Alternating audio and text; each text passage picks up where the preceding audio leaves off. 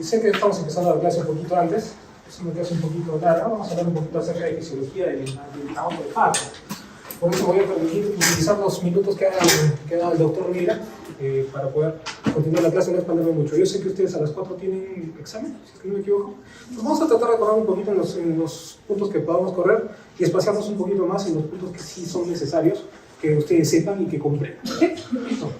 Entonces, cuando una mujer entra en trabajo de parto, ¿no se han puesto a pensar qué es lo que sucede en su organismo para que entre en trabajo de parto? ¿Por qué una mujer entra en trabajo después de las 37 semanas usualmente? ¿Por qué no entra en trabajo de parto antes? ¿No? Por ejemplo, una mujer de 39 semanas con contracciones cada 5 minutos, cuello dilatado a 3 centímetros, movimiento del 80%. ¿Cuáles fueron los cambios fisiológicos que sucedieron aquí? Entonces, todo lo que ustedes vean en sus rotaciones va a tener que ver con esto. Las distocias, los trabajos de parto prolongados, los trabajos de parto pretérmino van a tener que ver con este tema en algún momento. Entonces, los objetivos que no vamos a mencionar, pero que es necesario que los pongan en la diapositiva, y lo que tienen que entender es lo siguiente: el parto no es un evento súbito, el parto es el resultado de cambios progresivos maternos y fetales. Entonces, ¿qué va a haber? Va a haber señales endocrinas, paracrinas e inflamatorias, como vamos a ver después. Entonces, el trabajo de parto humano en particular no está dilucidado por completo el mecanismo por el cual se inicia, pero tenemos varias teorías de las cuales nos podemos sustentar. Entonces, cuando ustedes vean parto, es un equilibrio entre factores que mantienen el embarazo, factores que inducen el parto y además de una señal fetal que nos van a llevar al inicio del trabajo de parto. Entonces, ¿qué podemos decir? Que el inicio del trabajo de parto es multifactorial. Hay los 3 mecanismos que se ponen en juego, desequilibrándose de tal manera que se inicie el parto. Muy bien, entonces los compartimentos que vamos a ver son el útero, con el miometrio, el cervix, que por su cuenta también nos va a ayudar en el trabajo de parto, la placenta y las membranas, que como vamos a ver a continuación y después producen señales bioquímicas más que todo, y el feto. Y entonces todos estos órganos, incluyendo el feto, van a interactuar entre sí para lograr el trabajo de parto. Entonces, ¿cuáles son las fases del trabajo de parto? Por si acaso, doctor, y esto quiero que tengan bien presente, estas fases del trabajo de parto son fisiológicas. Lo que ustedes han aprendido en la clínica es diferente, entonces por favor no se van a confundir, no confundir con las etapas clínicas del trabajo de parto, son cosas diferentes. Entonces, las fases de parto, del embarazo en realidad, es la fase 1 de inactividad, la fase 2 de activación, la 3 de trabajo de parto y la 4 de preferir. Lo que ustedes han aprendido de las fases de trabajo de parto principalmente está en la fase 3. Entonces aquí vamos a hablar solamente de fisiología, doctores, y en algún momento un poquito de la clínica. Muy bien, entonces la fase 1, como hemos dicho, es la inactividad, la fase 2 es la activación, la fase 3 es la estimulación y la 4 es la involución, o lo que ustedes conocen como puerperio. No nos vamos a quedar aquí. Empezamos con la fisiología de la fase 1, que es la inactividad uterina. Esta dura el 95% del embarazo. El miometrio es no contráctil. Tiene sentido, ¿no? Porque si es que se comienza a contraer, pues se va a salir el bebito. El cervix está cerrado y está firme y hay un ambiente antiinflamatorio.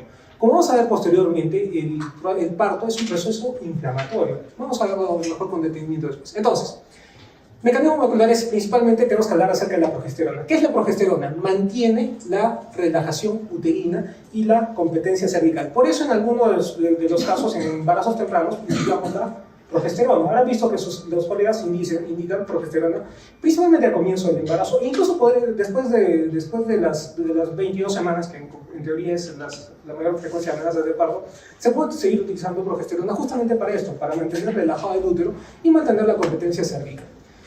Va a haber una disminución de la expresión de proteínas de acción contráctil, que son las CAPS, y va a haber también una disminución de receptores de oxitocina, y además disminución de la conexina. ¿Qué son las conexinas? Son uniones GAP. Esto ya lo han visto en fisiología, no nos vamos a detener en eso, pero acuérdense que las uniones GAP son uniones de polisacáridos a través de las cuales va a haber transferencia de líquidos y además de aniones.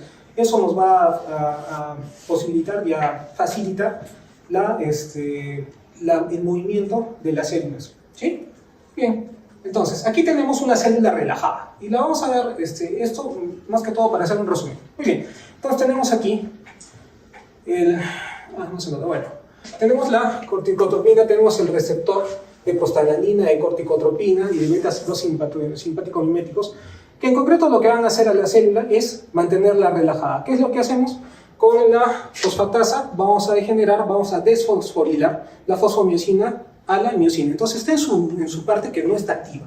La miosina, acuérdense, si es que se activa, lo que produce en el músculo es contracción. En concreto es eso, no nos vamos a detener más ahora. ¿Qué sucede a nivel celular? En el estado de relajación, el calcio intracelular va a estar disminuido. ¿Por qué? Porque los canales de calcio están abiertos. Y al estar abiertos los canales de calcio va a haber una hiperpolarización. Por consiguiente, los canales de calcio van a estar cerrados. Así de sencillo. Entonces, sin calcio, como ustedes saben, no hay contracción. Es igual que en cualquier otro músculo. El músculo del útero es igual que cualquier otro músculo, incluyendo el cardíaco. Listo. Va a haber un aumento de AMP cíclico y de GMP cíclico y van a activar las vías de relajación miometral. Y van a inhibir, como les está diciendo, la miosina para que no haya contracción. Listo.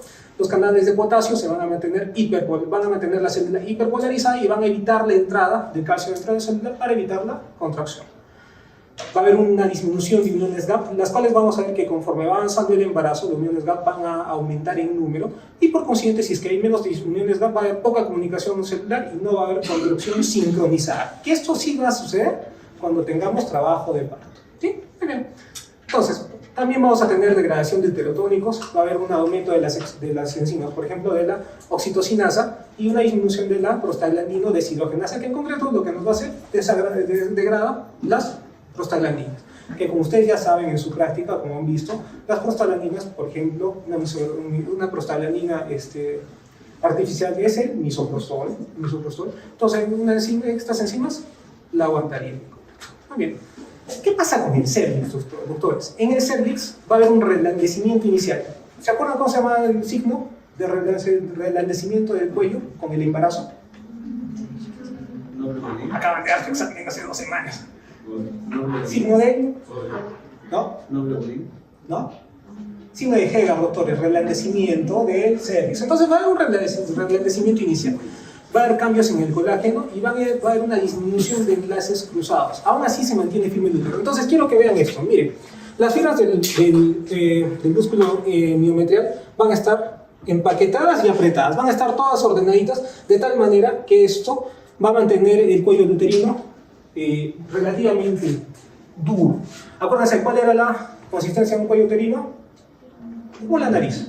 Es una mujer en un comienzo del embarazo y conforme va avanzando el embarazo, estas proteínas se van a agregar, como vamos a ver después, y se van a reblandecer. Y ese reblandecimiento del útero al final del embarazo se va a llamar borramiento, lo cual nos va a llevar a una dilatación. ¿Sí? Listo.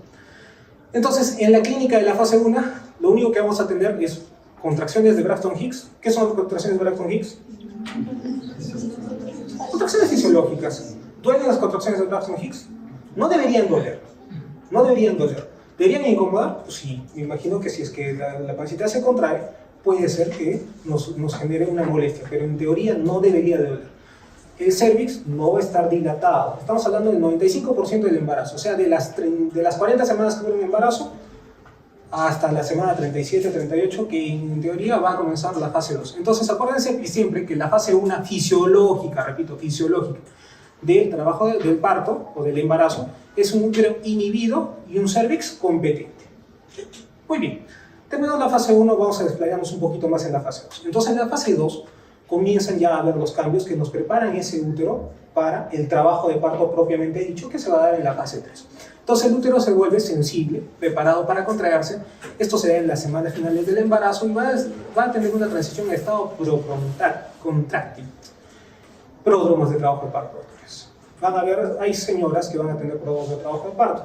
¿Qué quiere decir? Que la paciente va a comenzar con las contracciones, va a comenzar con contracciones esporádicas, más seguidas que las que son las de Braxton-Hicks, incluso va a tener cierto grado de dolor, que todavía no nos llevan al trabajo de parto, pero que ya nos están preparando ese útero, ese cuello, incluso el mismo bebito, para un parto.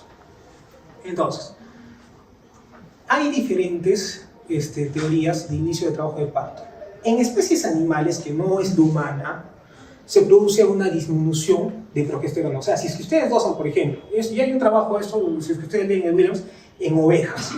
Dice que las ovejas miden la progesterona y en algún momento la progesterona va a decaer, el nivel de progesterona va a bajar bastante. Y ahí va a iniciar el parto en esta especie. En los humanos no es tanto así. En los humanos, según lo que dice la literatura, es más complejo.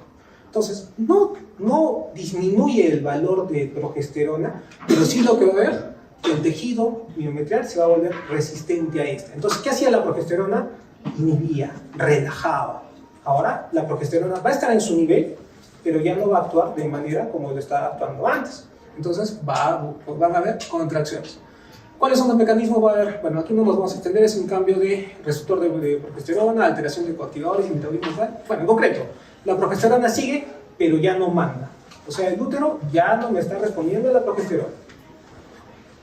Las proteínas asociadas a la contracción, que ya habíamos visto con anterioridad que en la fase 1 están disminuidas, en este caso comienzan a aumentar. Entonces, van a comenzar a aumentar y vamos a tener un aumento en los receptores de oxitocina.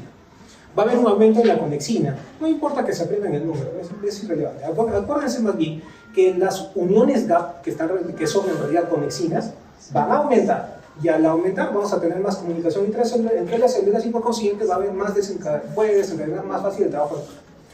Va a haber un aumento de receptores de prostaglandinas.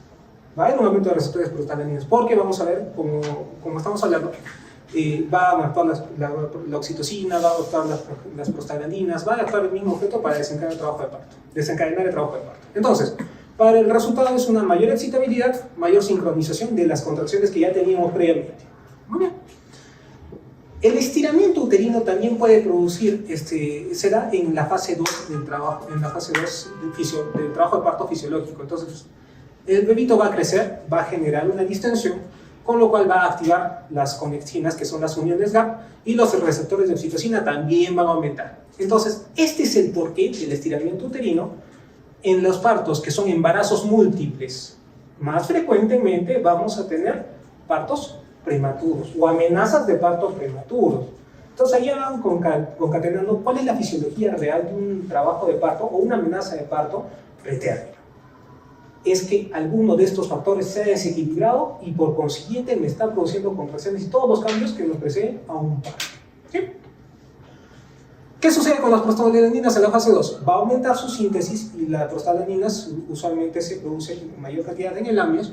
Va a haber una disminución de la degradación de estas mismas por la prostaglandina deshidrogenasa y la función va a ser que va a aumentar la conductividad uterina y va a madurar el cuello.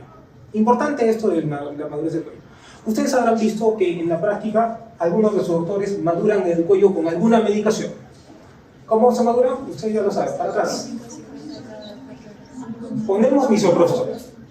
El misoprostol es un medicamento ampliamente usado en la práctica de ginecólogos, ¿sí? Pero en el embarazo es dosis dependiente. Yo no le voy a poner la misma dosis que le pondría, por ejemplo, para el tratamiento de un aborto incompleto, que es lo que le pondría para una maduración cervical por algún motivo, ¿no es cierto? Entonces, no nos vamos a meter mucho en ese tema, pero sí tienen que saber que la prostaglandina nos sirve para madurar el cuello. Estamos preparándonos todos para que se dé el parto. Vamos a tener que la maduración cervical va a aumentar el ácido hialurónico en el cuello. Estamos hablando ahora acerca del cervix nada más, ¿sí? Por consiguiente va a aumentar agua, va a disminuir la organización del colágeno y va a aumentar la distensibilidad. En concreto, ¿se acuerdan que hace un rato vimos las fibras musculares del cervix en la fase 1 de relajación? Estaban todas ordenaditas, bonitas, duro el cuello. Diferente de las fibras durante la maduración cervical. Las fibras están empaquetadas así, pero sin apretar. Miren, comparen con las de allá, ¿no? Y ya no van a estar tan juntitas. ¿Por qué? Porque va a haber ácido hialurónico y vamos a tener aumento de líquido. Por eso es que en el cuello, al final del embarazo, va a estar reblandecido. El borramiento, doctores. El borramiento. Listo. Además del útero, del cervix y de todas las prostaglandinas y todo lo que hemos visto hasta el momento, el bebito también va a tener una función. No es que el bebito se va a quedar tranquilo sin hacer nada, ¿no? El feto contribuye mediante señales endocrinas, como vamos a ver a continuación, el mismo estiramiento uterino cuando crece, señales inflamatorias e interacción con la placenta y las membranas. Comenzamos entonces. El eje fetal clave para el trabajo de parto es el eje hipotálamo-hipófisis suprarrenal fetal. Aquí nos vamos a quedar para poder explicar un poquito más.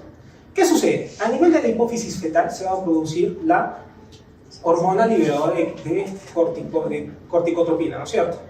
Listo. Que va a influir en la hipófisis. ¿Y la hipófisis qué va a producir? Adrenocorticotropina. Eso ya lo sabemos, es igual que nosotros, ¿no es cierto? En la suprarrenal fetal se va a producir cortisol fetal y se va a producir dehidroepiandrosterona. ¿Se acuerdan qué es la dihidroepiandrosterona? Para convertir la testosterona en... Exactamente. Entonces, la dihidroepiandrosterona a nivel placentario se transforma en estrógeno. Y ese estrógeno, como vamos a ver después, nos va a ayudar en el trabajo de parto. Entonces, ya se está comenzando a dar, a partir del bebé, un cambio hormonal para que se pueda producir el trabajo de parto.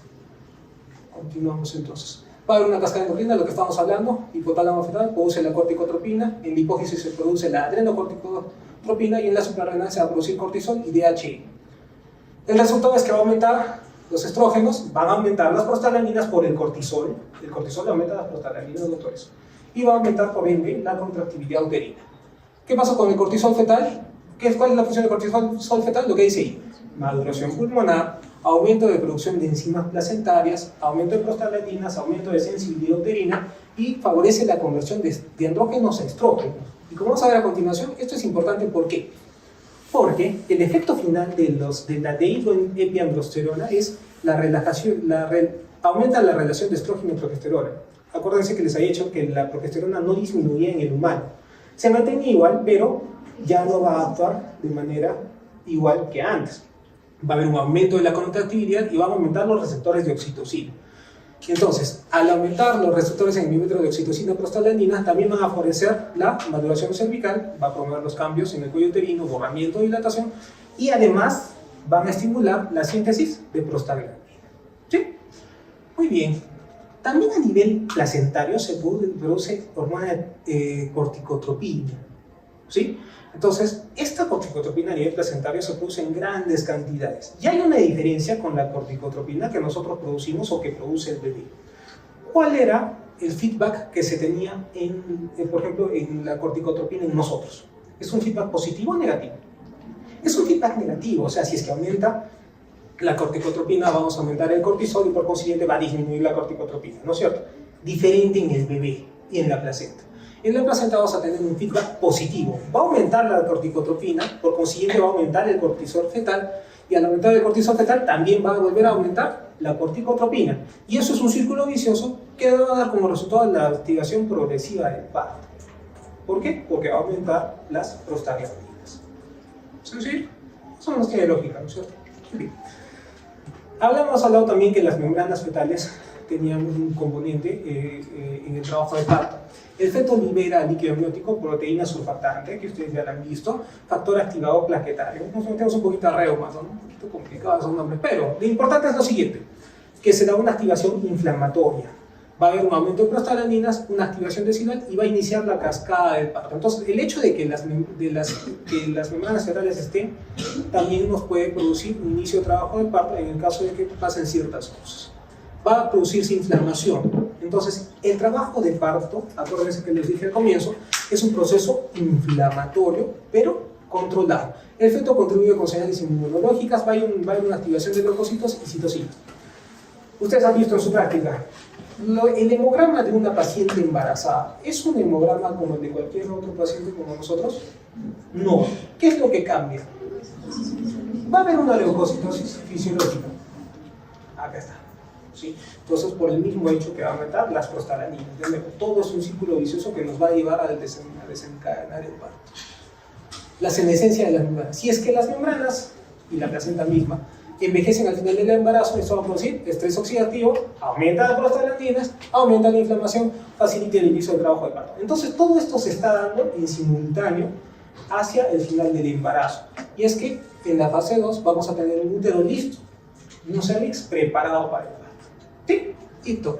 Entonces ya vamos a entrar en la fase 3. De ahí sí va a venir lo que ustedes ya conocen como las fases del trabajo de parto, ¿no es cierto? Vamos a recalcar un poquito acerca de la fisiología y después nos vamos a inclinar acerca del trabajo de parto ya clínico. Entonces, como ustedes han visto, en los hospitales vamos a tener pacientes en trabajo de parto en las cuales van a hacer contracciones efectivas, coordinadas y progresivas. Efectivas, coordinadas y progresivas. ¿Por qué progresivas? Ideas. Las contracciones desde un comienzo serán de la misma intensidad, tendrán la misma duración. No, como ustedes han visto, conforme va avanzando el trabajo de parto, va aumentando la intensidad, va aumentando la duración de las contracciones. Aquí tenemos un monitoreo en el cual, ustedes saben cuánto dura un monitoreo. 20 minutos, doctores, nunca se olviden de eso. En esos 20 minutos, por ejemplo, este monitoreo es de 20 minutos y tenemos ¿cuántas contracciones? ¿Cuántas hay?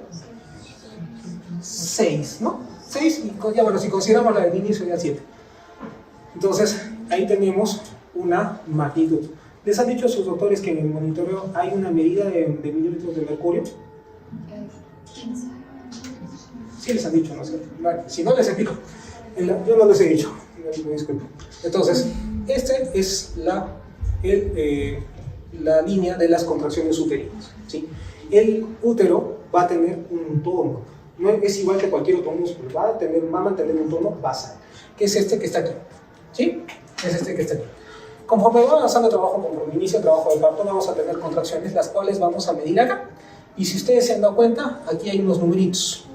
Esos numeritos, que en este no se ven muy claro, nos van a decir incluso la magnitud de intensidad de las contracciones. Y obviamente la duración la vamos a tener conforme va avanzando el tiempo, ¿no es cierto?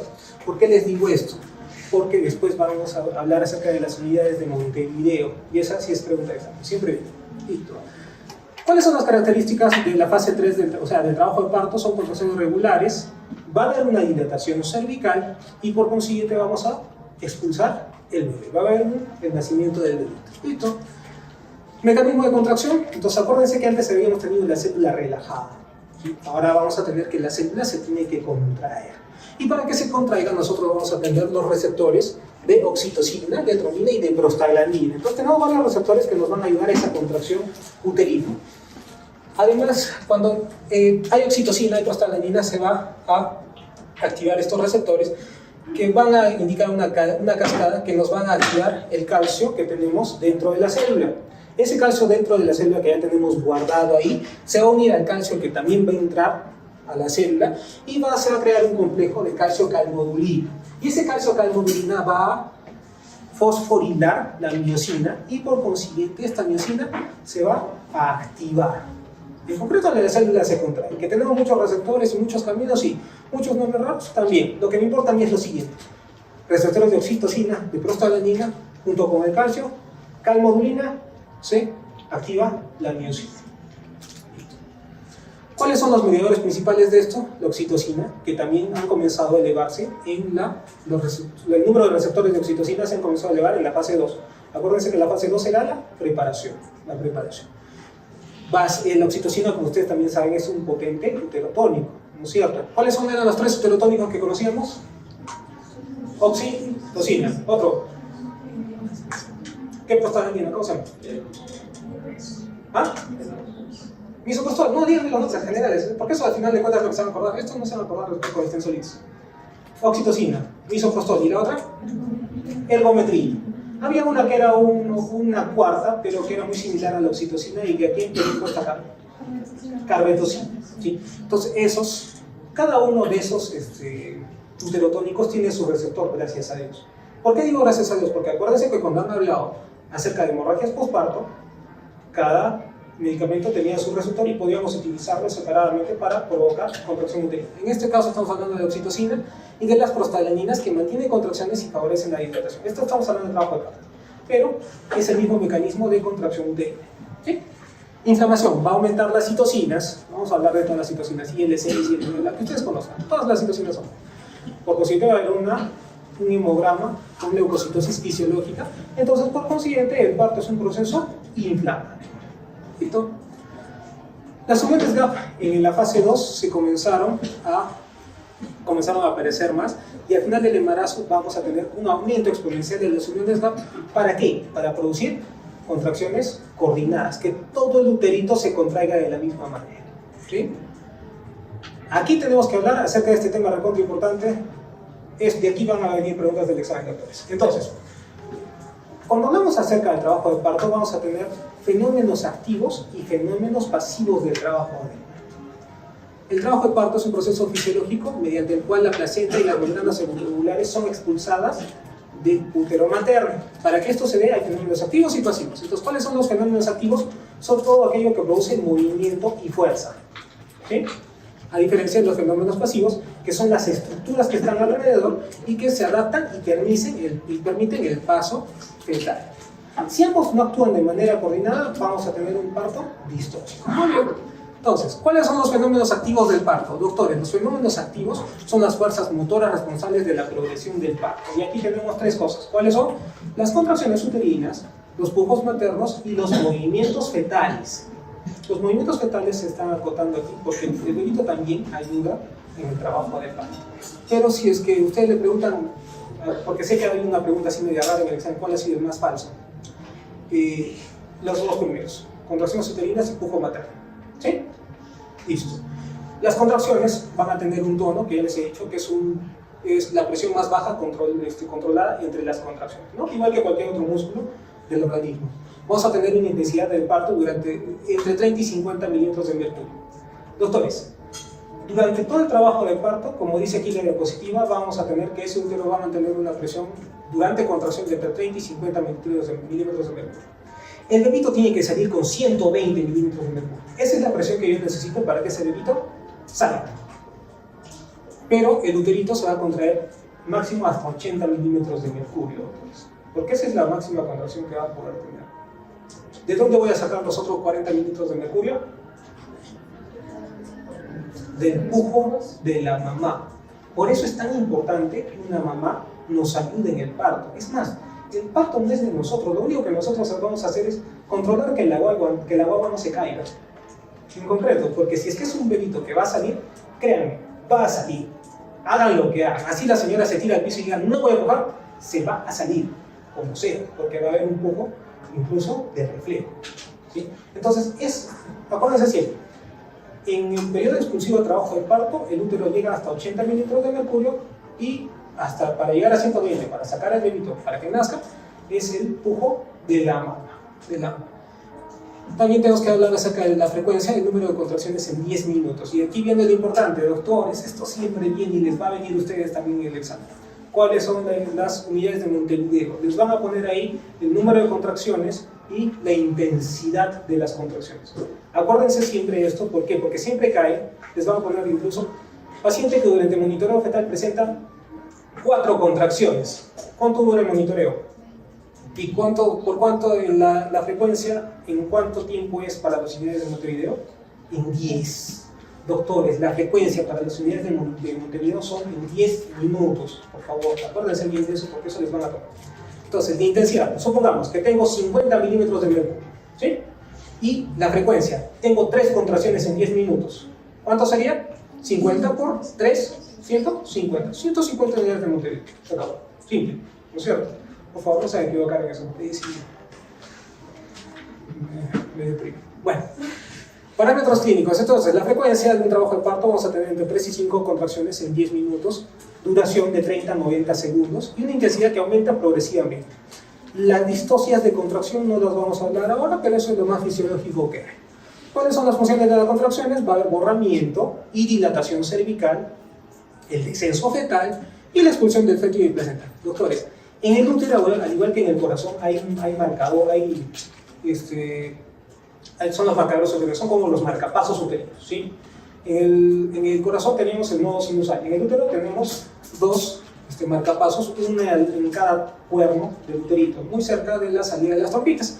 Se propaga a una velocidad de 2 centímetros por segundo con triple gradiente descendente, doctores. Entonces el uterito se contrae desde arriba hacia abajo para poder expulsar el producto. Tiene sentido, ¿no? ¿Qué pasa si es que esta gradiente, esa triple gradiente descendente se invierte? Eso ya han visto en su práctica, en algún momento algún doctor les ha debido hablar acerca de eso. ¿Saldrá ese bebé? No, no va a salir, porque el útero en lugar de estar empujando hacia abajo el bebé, lo está empujando hacia arriba, entonces jamás va a salir, ¿sí? Listo. ¿Qué es la retracción uterina? Porque la contracción uterina me va a producir retracción uterina. Acuérdense de lo siguiente, es la capacidad del útero de no volver completamente a su tamaño normal. ¿Qué pasaría si es que después de la contracción el útero vuelve a su tamaño normal? O sea, de lo que le está sacando el bebito, vuelve a su tamaño normal. No lo sacaríamos nunca, ¿no? No avanzaría. Entonces lo que va a producir la retracción uterina es que se va a ir haciendo el útero más chiquito conforme va saliendo bebé. Mucha lógica, ¿no? Entonces favorece el acortamiento progresivo del útero contribuye al borramiento cervical y permite la formación del segmento uterino inferior, que como vamos a ver después es importante. Entonces aquí tenemos la progresión del trabajo de parto, ¿no? Bueno, esto no nos vamos a quedar mucho. ¿Por qué nos importa el segmento uterino inferior? Ustedes han visto con los doctores que han notado que la cesárea en realidad no se llama cesárea nada más. ¿Cómo se llama? ¿Cesárea qué más? Segmentaria. ¿Por qué segmentaria? ¿Por qué corto por ahí? Porque se me ocurre. El motivo de la cesárea segmentaria es porque justamente a este nivel, a nivel de segmento, como ustedes van a ver acá, miren, este es el trabajo de parto, segunda etapa normal de trabajo de parto. Miren, esto ya está en distancia, mejor acá. Vean las fibras aquí, gruesas. Todo el fondo uterino en realidad son fibras gruesas, es un útero grueso, más o menos de 3 centímetros aproximadamente. Y a nivel del segmento, ¿cómo es? Delgadito, ¿no es cierto? Entonces, ¿qué me conviene a mí? ¿Sacar el dedito por un lugar donde esté más grueso o por un lugar donde esté más delgadito? Por donde esté más delgado, tiene sentido. ¿Para qué? Para evitar que sangre tanto. ¿Podría sacarlo yo por arriba el bebé? Sí, lo puedo sacar por arriba, pero me va a sangrar más. Me va a sangrar mucho más de lo que yo tendría el sangrado por el segmento uterino. Ese es el motivo de la cesárea segmentaria. Doctores, hay cesáreas corporales, hay cesáreas fúngicas, hay cesáreas posteriores incluso. Ya con casos extremos, cuando hay miomas por todo lado. Alguna vez hemos sacado el dedito por la parte de atrás del útero. La cuestión es sacar el bebé. ¿Sí? Esto entonces, la formación del segmento uterino inferior ocurre por el estiramiento del istmo uterino. Entonces acuérdense de las partes del uterito sin embarazo, era cuerpo, fondo, istmo, cuello. ¿Sí? Entonces en este caso ese istmo se estira y se comienza a llamar segmento uterino inferior. ¿Para qué es esto? ¿Por qué es importante esto? Porque esto facilita el paso del útero, permite la diferenciación entre el segmento superior, que usualmente es el que se contrae más, y el segmento inferior, que como hemos dicho es más delgado, no se va a contraer de la misma manera, y clínicamente relevante. ¿Por qué? Porque aquí aumenta el riesgo de ruptura uterina. Ese es el por qué pacientes con 2 cesáreas o más en nuestro medio se operan. ¿Sí? Porque también se contrae, no es que no se contrae, y esas fuerzas son fuertes. Y también es importante para la evaluación del proceso de trabajo de parto. Y aquí volvemos al pujo materno. Todo hasta ahí ha sido lo de la contracción. Volvemos al pujo materno. El pujo materno es un pujo voluntario usualmente. Se activa en el periodo expulsivo. ¿Por qué digo usualmente? ¿Por qué no digo el pujo materno siempre es voluntario? Porque ahí... Bueno, vamos por ahí. Si una de las pacientes de ustedes, que nos ha pasado, siempre hay alguna, que tiene mucho dolor, entra en ansiedad, y va a decir, ¿sabe qué, doctor? Ya no pujo, pues. Hágame cesárea. Que nos ha pasado. Si es que es un parto que va a ir bien, o sea, que hay una compatibilidad, todo lo que ustedes ya saben, para que el bebito salga, así la señora no puje, se va a salir, porque va a haber un pujo reflejo. Va a haber un pujo reflejo por activación de los nervios pudendos y los nervios pélvicos. Solita la paciente va a tener esa sensación de pujo. Es una sensación de pujo como para defecar, en completo. Es esa sensación de pujo. Y es inevitable. Y ese bebito se va a salir. ¿Sí? No es lo ideal es que la señora nos colabore con el pujo. Y ese es el por qué es importante la psicoprofilaxis. Doctores, la psicoprofilaxis es recontra importante. Doctoras, cuando ustedes se embaracen y piensen tener un parto normal, lo importante es la psicoprofilaxis, ¿sí? Porque ahí les van a enseñar cómo afrontar el trabajo de parto. Y llegados momentos, me imagino que cada persona lo experimenta diferente, sí, pero no está de más aprender. ¿Listo? Aquí también tenemos que hablar acerca de los fenómenos fetales, de los fenómenos activos. Están ahí los fenómenos fetales, que son los movimientos cardinales. Doctores, pregunta de examen, si es que no es ahora, es en su examen práctico. Esto siempre le van a preguntar. ¿Cómo era? ¿Son? ¿Cuántos? 7. Primero, después, vean. De ahí, extensión, rotación externa y se salió el agua. Esos son los movimientos que produce el bebé. Siempre los va a hacer, para poder acomodarse a las partes de la pelvis. Siempre va a haber eso. Doctores les van a preguntar eso una y otra vez y les van a preguntar así: ¿cuál es el cuarto movimiento cardinal del bebé?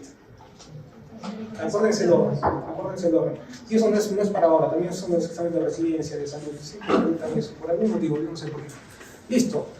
Después de los fenómenos activos, vamos a tener los fenómenos pasivos. ¿Y cuáles son los fenómenos pasivos? Son las estructuras que ofrecen resistencia y se modifican para el nacimiento del bebé.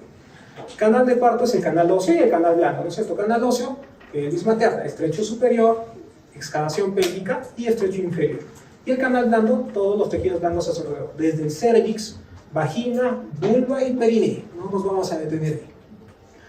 Las modificaciones del cuello uterino, doctores. ¿Qué es el borramiento? El borramiento es el acortamiento del cuello uterino. Como podemos ver en la imagen, en un trabajo de parto, la multípara va a ser diferente de la primípara. ¿Por qué? Porque la multípara, el cuello ya no va a estar tan tenso como una paciente primípara, va a estar un poco más lábil. Y por consiguiente se va a comenzar a borrar y dilatar simultáneamente. ¿Por qué esto es importante? Porque en las primíparas usualmente primero borra y después dilata, por el mismo hecho que la multípara ya está reblandecida, ¿sí? Entonces es importante, ¿por qué? Porque ahí es donde se van a generar los tiempos de diferencia entre un trabajo de parto fase latente, fase activa, entre una primigesta y una multípara, ¿sí?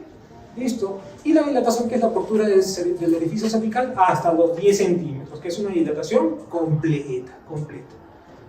Las bolsas amnióticas también nos ayudarán en esta fase, por supuesto. ¿Por qué? Porque las bolsas amnióticas junto con el líquido van a ayudar que esa presión que está generando el útero se transmita de forma uniforme a todo el uterito y hacia abajo, en la triple gradiente descendente, además de proteger al feto y puede formar las bolsas de agua anterior. Una paciente que tenga las bolsas íntegras va a tener su parto con más rapidez que una paciente que tenga las bolsas rotas. Por el mismo hecho de que las bolsas, como dice ahí, van a mantener la presión uniforme hacia el cérvix para sacar el bebito. ¿Ya? Entonces, los fenómenos activos, fuerza uterina, pujo efectivo, movimientos fetales normales y el canal de parto favorable. Fenómenos pasivos es el canal de parto favorable, el cervix dilatable y una pelvis adecuada. Listo. Entonces ahora sí vamos a hablar para lo que les gusta, etapas clínicas de trabajo de parto. Y las etapas clínicas ustedes ya las saben, no nos vamos a quedar mucho aquí. No confundir de nuevo, por favor. Esto es fisiológico. Trabajo de parto clínico es otra historia, es lo que vamos a ver a continuación, ¿ya? Entonces todas las etapas clínicas del trabajo de parto que vamos a comenzar están en la fase 3 fisiológica. Por favor, ¿ya? Entonces el trabajo de parto clínico tiene 3 etapas. La primera etapa es la dilatación, la segunda es el expulsivo y la tercera es el alumbramiento. Muy bien, la dilatación es desde el inicio obviamente cuando el cuellito se comienza a abrir, inicio de las contracciones regulares hasta que la dilatación esté completa.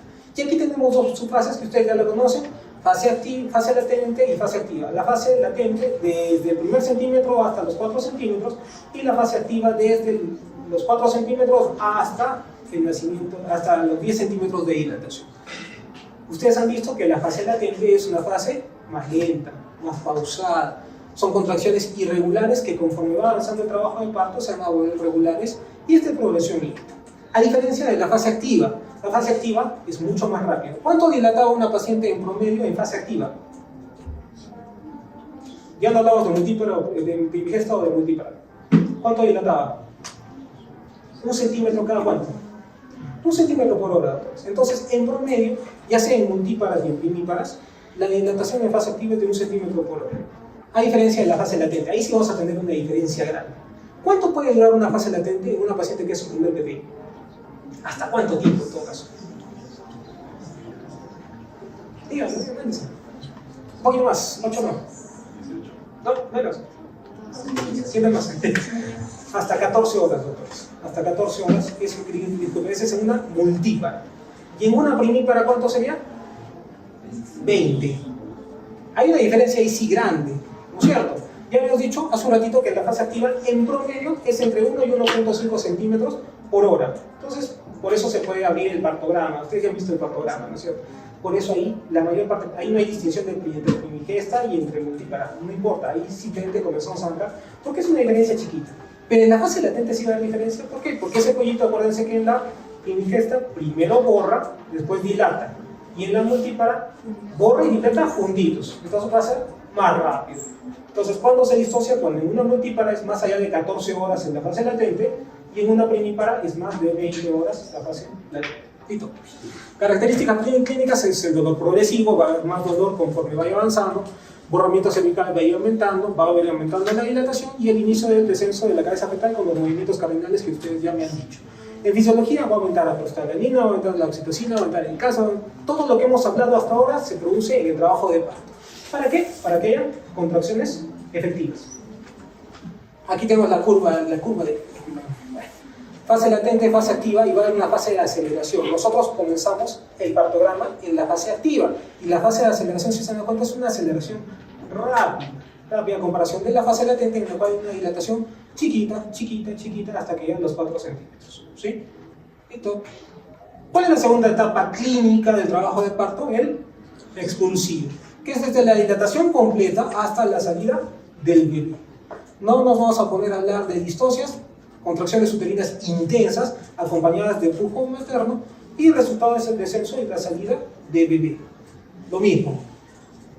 ¿Cuál es la clínica? Deseo de pujar, distensión uterina, ustedes ya han visto, y dolor. Ese va a ser el acné del dolor, o sea, el pico de dolor va a ser en este punto.